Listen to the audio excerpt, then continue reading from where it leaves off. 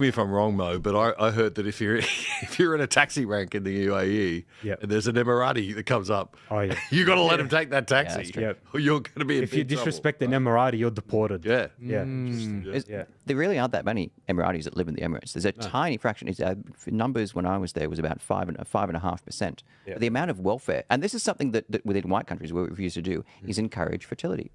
It was always funny speaking with Emiratis while I was living there. Is like, oh yeah, we're hoping to have more kids so that we get a better house. And I'm like, hang on, no, you have more kids, end up with a smaller house, but you can't afford it. It's the traditional way. But no, the government will provide enormous 7-bedroom villas as long as you get to 3 and 4 kids. Exactly. The carpet gets rolled out instead of NDIS. They're resource rich, right? So it comes from the oil money, right? On Dubai.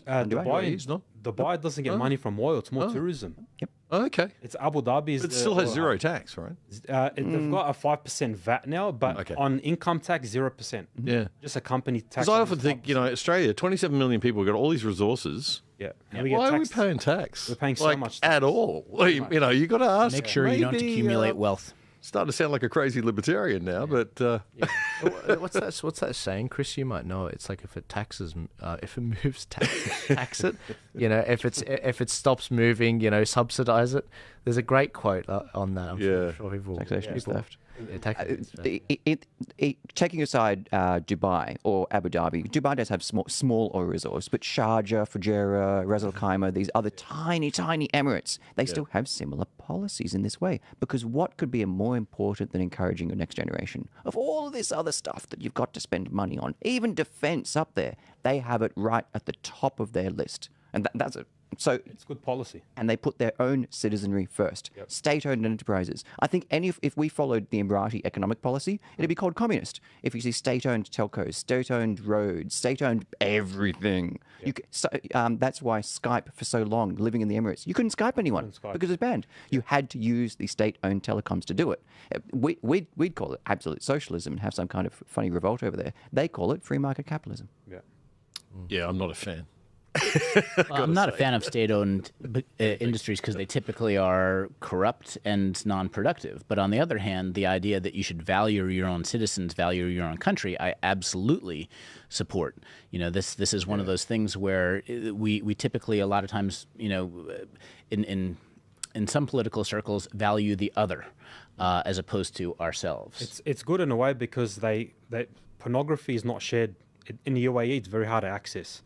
And if you use a VPN to do it, you can get caught for it still. Yeah. So it does bring good. It stops bringing degeneracy to society. That's why they want to control the internet in a way. Yeah. It's more done. You got to remember, it's Islamic countries that they've got Sharia law, like a watered down version of Sharia law in the UAE. No democracy. There is no democracy. It's not the perfect system. Islamically speaking, it's not the perfect system. It's a watered down version of Sharia law. Again, it does show its benefits in a way, as in you don't have that degeneracy. Good luck having a pride protest there. It would never happen.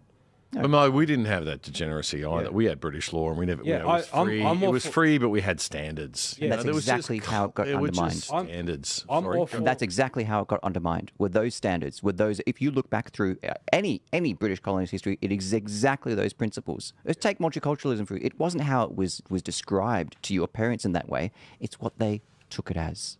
That's not what they meant when they said multicultural. They made something completely different, which is what we're seeing the implementation of now. It's one thing for what you understand the policy to be. It's another thing of what they intended to be and what they executed upon. So you think it was a bait and switch on purpose or just an evolution? Absolutely on purpose. Can I ask a very stupid question? And again, you guys don't, I'm warning you ahead of time, you do not have to opine on this. But why